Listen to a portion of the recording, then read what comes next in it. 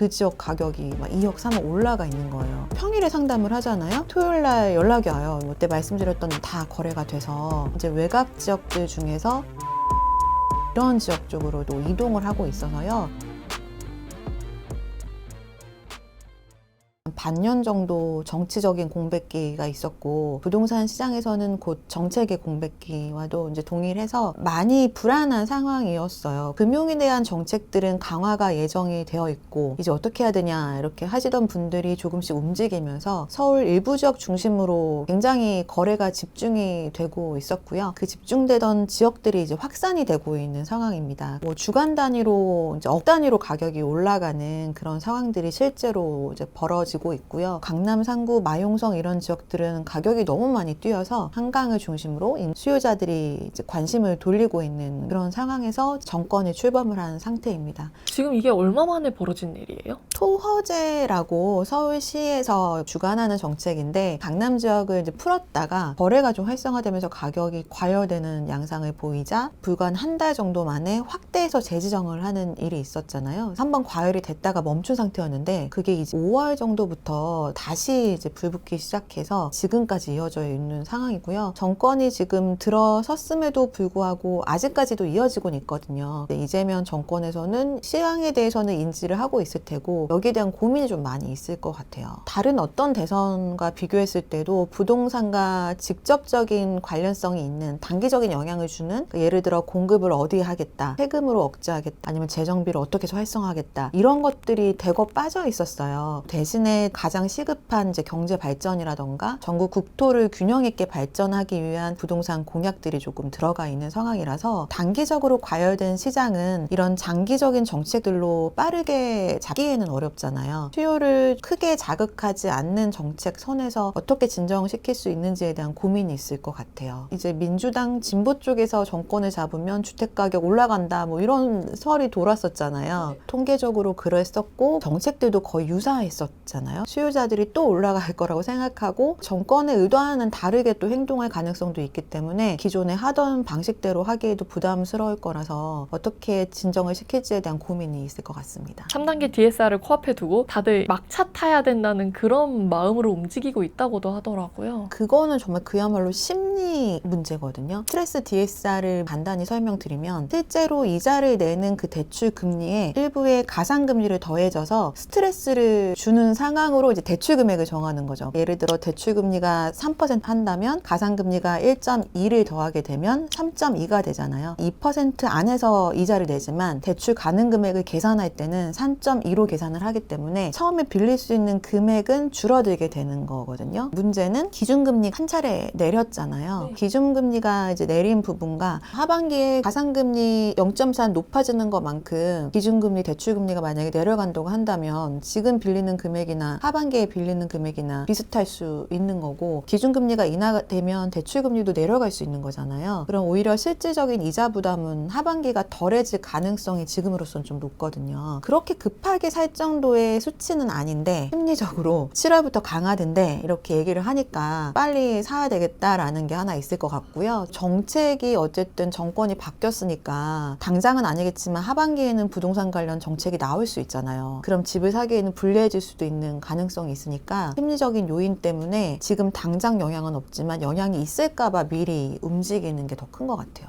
일부 유튜브에서 또 그런 얘기들도 많이 나오니까 계속 듣다 보면은 그렇게 또 생각하시는 것 같아요. 민주당 쪽에서 정권을 잡았을 때 규제를 하는 방식들은 규제 지역을 먼저 적용해서 핀셋으로 금융과 세제에 관련돼서 강화를 하거든요. 강남 3구, 용산구만 규제 지역으로 지정이 되어 있잖아요. 그게 이제 투기 과열지구도 지정이 되어 있고 분양가 상한제도 적용이 되어 있고 그리고 토지거래 허가구역으로도 아파트는 지정이 되어 있거든요. 그 지역들을 매입을 할 때는 지금 대출 받을 수 있는 금액도 좀 줄고 특히 강남 3구랑 용산구 아파트를 살 때는 실거주하는지 확인을 받지 매입을 할 수밖에 없는 상황인데, 이게 지금 말씀드린 것처럼 마용성이라고 불리는 마포구, 성동, 용산구 그리고 그 외의 지역으로 확산되고 있으니까, 과거 방식이면 이 지역들을 투기가해지구로 다시 지정을 하고 확대해서 지정하고 해제라던가 금융에 있어서 적용을 받게 하는 시기일 텐데, 정권을 잡자마자 그렇게 하기에는 좀 많이 부담스러울 수 있을 것 같아서요. 여름이 굉장히 더 이 지역적으로 확산되고 더 과열될 가능성이 클 것 같은데, 그때까지는 일단 더 급한 부분이 있기 때문에 부동산 쪽은 좀 지켜보고 하겠다라는 그런 정도 수준이 아닐까라는 생각이 들어요. 정책적으로 예정이 되어 있는 거는 9월에 토지거래 허가구역 지정된 것들이 이제 끝나거든요, 그 기간이. 그래서 그 이후에 이거를 기간을 연장할 수도 있고 지역이나 뭐 이런 것들을 좀 조정해서 다시 재지정할 가능성도 있는데, 그때 어떻게 하는지에 따라서 좀 정책의 방향성을 엿볼 수 있을 것 같습니다. 이제 뭐 간담회 같은 걸 통해서 시장을 좀 점검해서 지금 어느 정도 과열됐는지 온도 체크를 하는 과정인 것 같고요. 한꺼번에 많은 현안들이 있기 때문에 구체적인 정책에 대한 계획은 아직까지는 없으리라고 좀 예상이 되고, 또 시장이 서울의 일부 지역은 어느 정도 인지를 한 상태일 것 같아서 적합한 타이밍이나 이런 것들을 생각을 하고 있는 그 정도 수준일 것 같아요. 서울도 주택 보급률이 100% 가까이 되고 전국적으로는 100% 넘었는데 왜 자꾸 주택 가격이 오르냐, 이제 이것도 뭐 끝물이다 이런 얘기 많이 하시잖아요. 인구는 줄어드는데 여기서 수요가 분할을 하더라고요. 그게 어떤 말씀이냐면, 최근에 수요를 보면은 4가지 정도 특징을 발견할 수 있는데, 지방에서 서울에 주택을 매입하려고 하는 분들, 지방에는 지금 좀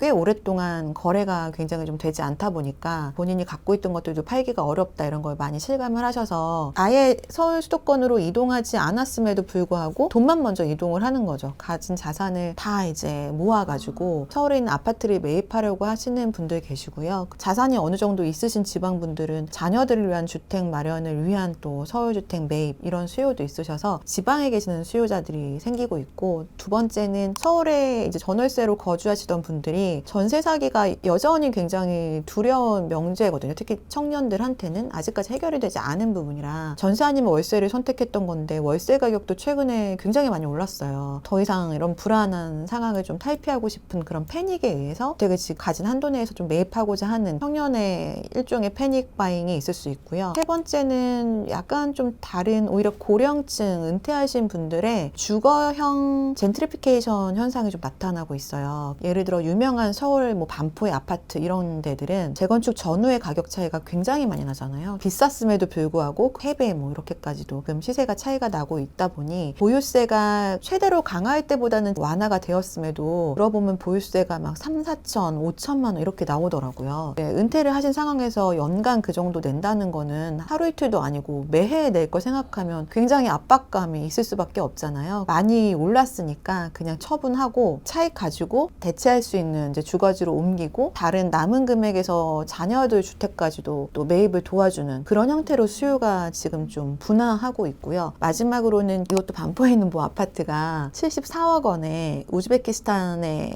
거주하고 있는 외국인이 취득을 한 적이 있어요. 그런 최고가를 외국인이, 그것도 한국에 거주하지 않는 외국인이 매입을 한 거죠. 코로나 때 다 같이 올랐던 자산 시장이 다들 가격이 떨어졌다가 회복을 더디게 하고 있는데, 서울의 강남 아파트만 굉장히 큰 빠른 속도로 회복을 하다 보니까 세계적으로 좀 유명해졌나 봐요. 이런 4가지의 새로운 수요들이 지금 창출되고 있는 그런 상황입니다. 고령층 분들이 집을 팔고 이제 다른 데로 이사 간다고 말씀을 해주셨는데, 그럼 그 판 집을 누가 사는 거예요? 매도자, 매수자 연령대 비중 분석을 했었는데, 70대 이상을 봤을 때 강남 지역이 70대 이상의 분들이 보유하고 있던 걸 매각한 게 20%가 넘어요. 이건 굉장히 좀 높은 수치거든요. 그런 분들이 많이 파시고, 그 매입하시는 연령층을 보면은 보통은 면적을 줄여서 유사한 지역으로 많이 가시는 경향이 있고, 가끔 이제 경기도 신도시 쪽을 가시는 분도 계세요. 대부분의 고령층들이 자기가 거주하던 곳을 이탈하고 싶어 하지 않으세요. 정책이나 사업을 하시는 분들은 약간 착각을 하시는 게, 좀 외곽 지역 공기 좋은 곳에 좋은 시니어 주택을 많이 만들면 그쪽으로 이주를 하시겠다고 생각을 해서 최근에 많이 생기는지 모르겠지만, 이제 인터뷰를 해보면 소원이 내 남은 평생을 지금 내가 살고 있던 집에서 마치고 싶다, 이게 가장 1순위시더라고요. 자산가분들 위주로 이제 은행권에서 상담을 하고 있는데, 비중으로 봤을 때는 물려받으신 분들이거나 전문직 분들, 전문직 맞벌이 하시는 분들은 대출을 최대한 받으시고 구입하실 그런 여력이 충분히 되시는 분들 계시더라고요. 거래량이 많은 건 아니에요. 그러니까 예전에는 거래량이 가격의 선제지표다라는 그런 공식이 있었는데 그것도 최근에 좀 깨지는 게요. 고가 지역들은 거래가 한두 건 돼도 굉장히 높이 상승하는 것처럼 나타나고 반면에 굉장히 저렴한 가격으로 한번 거래가 되면은 그 하락폭도 크기 때문에 한 건 한 건이 굉장히 큰 영향을 주거든요. 거래량이 많고 그런 사람이 많지는 않지만 그럴 의지와 능력이 되는 분들이 계시니까 거래가 되는 것 같습니다. 그러니까 서울의 주요 지역은 이제 정말 오를 만큼 올라서 그쪽을 보시던 실수요자분들은 아무래도 최대한 가능한 금액 범위 안에서 주택을 사게 되잖아요. 그러니까 지금은 투기가 성행하는 시장은 아니고 실수요 목적이다 보니까 그냥 내가 거주하는 곳을 지금 내가 가진 능력으로 가장 좋은 곳에 마련하고자 하는 수요가 많거든요. 예를 들어 뭐 마포구 아파트를 계속 보고 있었는데 최근에 정말 무섭게 거래가 됐어요. 그래서 저도 주변에 이제 지인분들 상담하시는 분들 실질적으로 정말 매입을 하기 위해서 단지를 저한테 말씀해 주시면서 추천해달라, 뭐 어떤 게 더 좋은지 얘기해달라 그럴 때 조언을 드리면 평일에 상담을 하잖아요. 토요일 날 연락이 와요. 뭐 주말에 죄송한데 그때 말씀드렸던 4개가 다 거래가 돼서 지금 물건 이거밖에 없다고 또 다른 아파트를 얘기하고 이런 식으로 한 달 정도를 고생하다 보면은 이제 그 지역 가격이 막 2억, 3억 올라가 있는 거예요. 이제 외곽 지역들 중에서 거주 요건이 잘 갖춰져 있는 뭐 강서구라던가 이런 지역 쪽으로도 이동을 하고 있어서요. 서울 외곽은 사실 뭐 상승으로 수치가 나타난 적은 있긴 하지만 전반적으로는 그냥 약보합, 약간의 하락이라고 봐야 될 정도였거든요. 이제부터는 조금씩 상승, 우상향할 가능성이 높아 보입니다. 정책의 신뢰도가 너무 많이 떨어졌구나라는 생각이 들거든요. 근데 정말 그렇게 되면 안 되거든요. 왜냐하면 정책의 의도는 아니잖아요. 근데 이게 몇 번 그 생각했던 게 들어맞기 시작하면 정부는 이제 좀 집값 안정시키려고 세금을 좀 규제했는데 이제 올라갈 거야 이렇게 하고 반대 행동을 한다거나 토어제는 사실 규제 목적보다는 거기에 뭔가 재건축을 빨리 진행한다거나 개발 호재가 발표됐을 때 투자 목적, 투기 목적을 차단하기 위해서 실제 사용할 사람들만 매입해라 이거거든요. 그거를 개발 호재 발표했기 때문에 토어제 같이 묶었는데 거기를 막 사거나 이런 건 사실 정책 신뢰도의 문제이기 때문에 이번 정권에선 사실 그것도 해결해야 될 과제인 것 같아요. 이게 정책을 어떤 걸 쓰느냐도 중요하지만 신뢰도가 굉장히 중요하기 때문에 이게 어떤 정당의 문제가 아니라 우리가 주거의 문제의식에 예민해져 있는데 그간의 정책들은 뭐 말을 바꾼다거나 국토부에서 낸 정책과 뭐 금융에서 낸 정책이 충돌한다거나 약간 그런 혼선이 있기 때문에 전문가라고 하는 뭐 저를 비롯한 사람들이 분석을 하다 보면 또 그게 상충되는 얘기들도 있고 토어제도 마찬가지로 토어제가 사실 해제되면은 집값은 올라갈 수밖에 없어요. 전 좀 안타까운 게 2023년 상반기 정도에도 한 차례 좀 기간이 도래했을 때 재지정을 하지 않을 기회가 있었거든요. 근데 그때 이제 그거를 계속 지속을 하다가 이제 올해 그걸 마침 해제를 하다 보니까 이제 급격하게 올라갔죠. 타이밍을 떠나서도 당연히 올라가는 거잖아요. 잠실과 뭐 반포를 비교했을 때 반포는 계속 규제가 없었으니까 그간의 집값 상승 요인을 다 받아서 굉장히 높아져 있는데 잠실도 그래도 나름 입지가 굉장히 좋은데 차이가 많이 나니까 따라잡고 싶어하는 매도자들이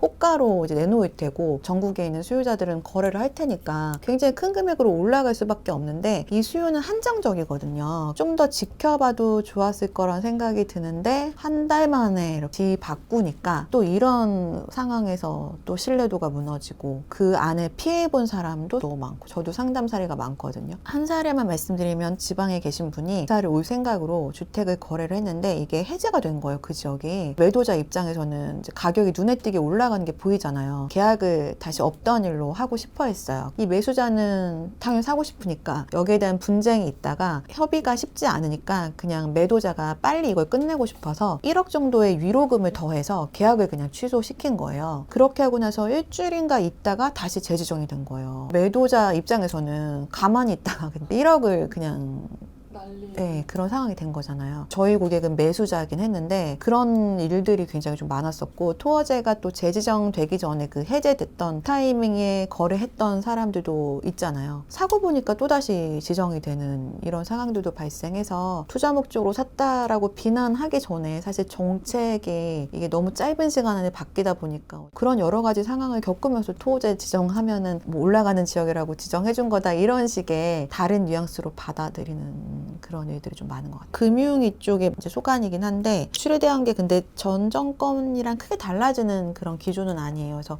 그냥 받아서 유지하는 정도의 수준일 것 같고 공급에 있어서가 가장 좀 많이 바뀔 수 있을 것 같아요. 부동산 공약이 거의 차이가 없다라는 얘기 많이 했잖아요. 민주당의 입장에선 굉장히 큰 변화거든요. 그 전에 했던 이런 그 정책들을 굉장히 뭐 많이 바꾼 과감한 공약들이었거든요. 예를 들어서 공급을 하더라도 임대주택 쪽으로 많이 공급한다거나 재건축은 특히 도심에 있는 그 재건축을 하게 되면 주변 지역도 집값 올린다고 규제를 많이 했었어요. 그런 것들을 확 바꿔서 도심에 있는 재정비 쪽 위주로 해서 공급을 확대해야 된다라는 얘기들도 좀 많이 있고 그런 기조들이 좀 눈에 띄어서요. 재정비 쪽으로 좀 획기적인 정책이 좀 추가돼서 발표되지 않을까 기대가 됩니다. 근데 세금은요. 사실 또 잘 보면 국회 통과가 대부분 안 됐기 때문에 중과를 유지할 수는 있어요. 지금 취득세는 아예 유지가 거의 되고 있고 양도세 같은 것도 통과는 안 돼가지고 시행령으로 내년까지 중과를 유예해 놓은 상태인데 내년도에 다시 연장해야 되는 기간이 도래했을 때 연장 안 하면 다시 중과 받는 거거든요. 그럼 다주택자가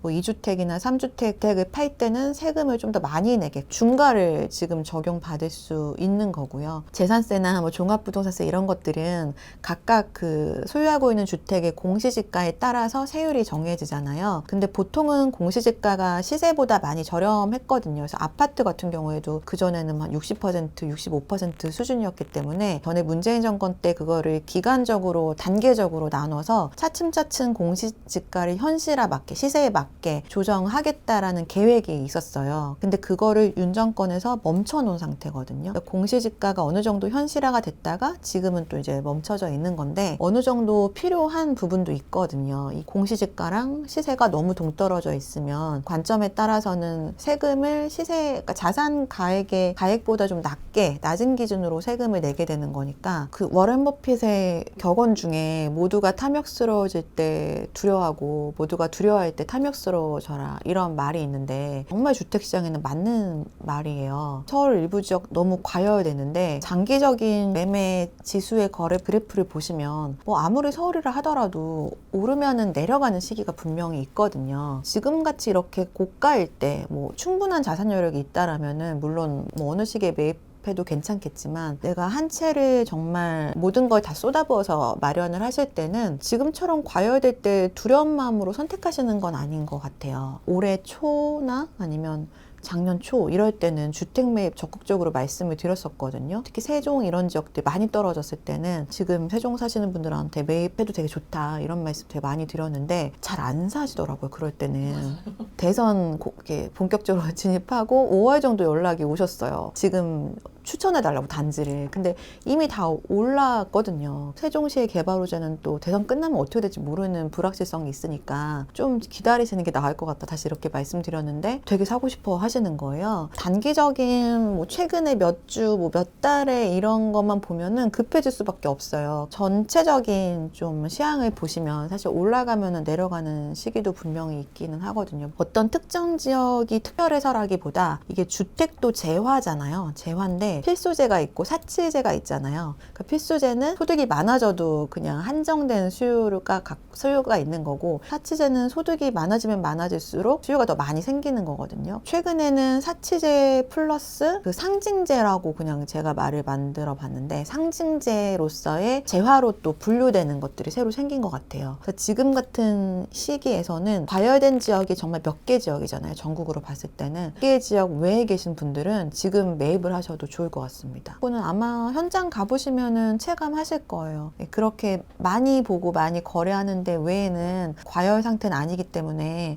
찾아보시면 저가 매물이 좀 충분히 있을 수 있고요. 특히 지방 중에서 지금은 광역시가 가장 많이 떨어진 편이거든요. 서울이 그런 특수한 지역들이 먼저 올랐듯이 지방도 그런 아파트들이 먼저 오를 수밖에 없잖아요. 매입을 해도 저는 지금이 좀 괜찮은 시기라고. 내가 감당할 수 있을 만한 금액 그리고 감당할 수 있을 만한 위치 내가 감당할 수 있을 만한 그 주거 컨디션 그 성향에 따라 정말 달라요. 요즘에 특히 신혼부부 상담이 많은데요. 매입이냐 전세냐에 따라서도 나뉘고요. 신혼 초기에 고생하더라도 뭐 재건축 뭐 이런 데 해서 뭐 살자라거나 소위 갭 투자를 해놓고 그 나머지 전세금으로 우린 빌라에서 그냥 전세로 살자 뭐 이런 몸테크를 원하시는 분이 있는가 하면 신혼 첫 집인데 남들처럼 나도 좀 쾌적한 환경에서 시작하고 싶다. 좀 대단지 아파트들 전세를 또 선호하시는 분들도 계시고 그래서 개인의 성향 차이기 때문에 내 집 마련에 있어서도 이제 무리하지 않는 자금 안에서 내 집 마련 관심 있으신 분들은 그 정도의 레이더 반경 안에서의 몇 개 단지들은 좀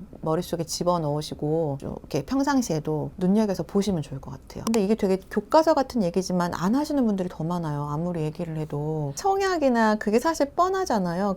일단 주택을 정해야 되는 건데 구축에는 그런 정책적인 혜택이 당연히 없고 이거는 개인 소유니까. 그 정부에서 공공 분양하는 것들에 많이 나오거든요. 공공 분양을 할 때 전체 단지 수에서 청년들이나 뭐 신혼부부나 아기 낳는 분들 생애 최초로 주택 매입하시는 분들한테 특별 공급하는 그 비중이 높아지는 거거든요. 청약홈 가셔서 매주 확인하시면 돼요. 청약홈에서 이번 주에는 어디 분양하는지 한번 보시고 10분이면 보실 거예요. 지역도 나눠져 있기 때문에 그거를 좀 수시로 점검하는 루틴을 만드셔서 내가 관심 있는 지역에 이제 청약 일정을 좀 빠삭하게 알고 계시면 좋을 것 같고 신청을 해보시는 게 정말 중요하고요. 그 다음은 대출 받을 때 이거는 소득이나 자산 상태에 따라서 혜택을 못 받을 수도 있긴 하지만 청년들한테는 굉장히 저리로 빌려주는 그런 혜택들이 있기 때문에 다 부합하시는 분들은 이것만한 전략은 없어요. 그거는 저 같은 사람 못 봤거든요. 저는 아직 결혼을 못했는데 나이가 많아서 그런 청년 혜택은 하나도 못 보고 세금만 내고 있는 거예요. 이런 세금들이 그런 좋은 분들한테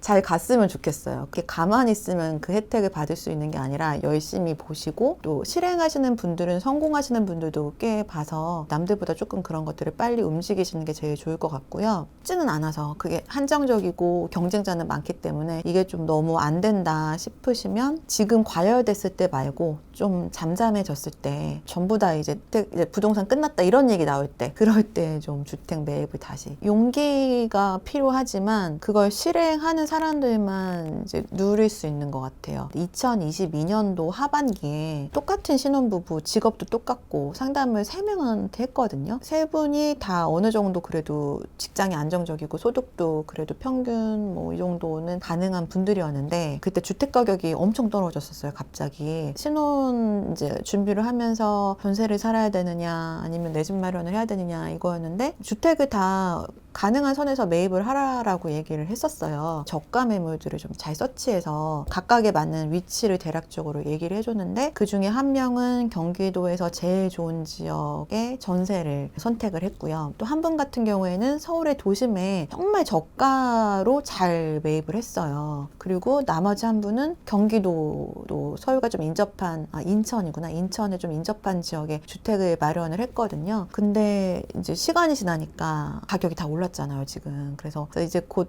전세를 옮겨야 되는데 어디로 옮겨야 되는지 이제 고민이시고 그 인천에 사시는 분은 그냥 거기 사시면서 잘 이제 사업을 시작하셔가지고 잘 살고 계시고 그 도심에 주택 매입하셨던 분은 가장 실행력이 있는 분이거든요. 올해 초에 갈아탔어요. 심지어 더 좋고 신축으로 조금 무리를 해서 갈아탄 거죠. 근데 그거를 웬만하면 빨리 그래도 내 집 마련 쪽으로 생각을 하시는 게 아예 그냥 임대로 난 계속 살래 그것도 전 좋다라고 보거든요. 그냥 스트레스 안 받고 국가에서 계속 이런 거는 많이 지원을 해주니까 공공임대나 민간임대 뭐 4년 이런 거 활용해서 사실 분들은 그렇게 사셔도 너무 좋지만 나는 그래도 내가 등기치고 싶어 이러신 분들은 좀 빨리 매입하시는 게 좋은 게 한번 이분이 저가로 매입하고 가격이 올라가는 걸 보니까 그 다음에는 조금 더 그 과감하게 또 볼 수 있는 안목도 생기고 그래서 잘 고르시고 대출 합쳐가지고 해서 더 이렇게 상급지로 이동을 하시더라고요. 실행이 정말 중요한 것 같아요. 타이밍을 잘 읽으시고 실행을 하시면 그게 설사 실패한다 하더라도 다음에 좀 더 좋은 선택을 할 수 있는 것 같아요. 그러니까 실패라는 게 아예 황금성이 없는 것 같은 거는 절대 하시면 안 되고요. 그래도 팔리는 것들 그냥 가격을 조금 내리면 그래도 팔릴 수 있는 지역들이라고 한다면 조금 낮은 가격으로 매각을 하거나 내가 그냥 샀던 금액으로 매각을 한다 하더라도 그 정도 금액은 지금은 DSR 넘어가선 대출도 안 되잖아요. 그러니까 그 안에 자기 안전지대라고 생각하시고 그 금액 안에서 타이밍을 좀 너무 높지 않은 금액으로 살 수 있는 이제 자기의 레이더 반경 안에 있는 몇 개 단지들을 보시면서 움직이시는 거 되게 도움 될 것 같고요. 단지 목록을 몇 개 데이터 안에 저장해 놓는 거 너무 중요한 것 같아요. 거시적인 시황을 보는 거랑 단지별로 보는 거랑은 정말 천지 차이거든요. 거시적인 통계, 뭐 한국부동산에서 제공하는 전체적인 수치는 되게 안 와닿잖아요. 근데 내가 단지 몇 개를 저장해 놓고 주간마다 보면은 정말 빠르게 그 현장에서의 그 체감이 더 많이 느껴지실 거예요.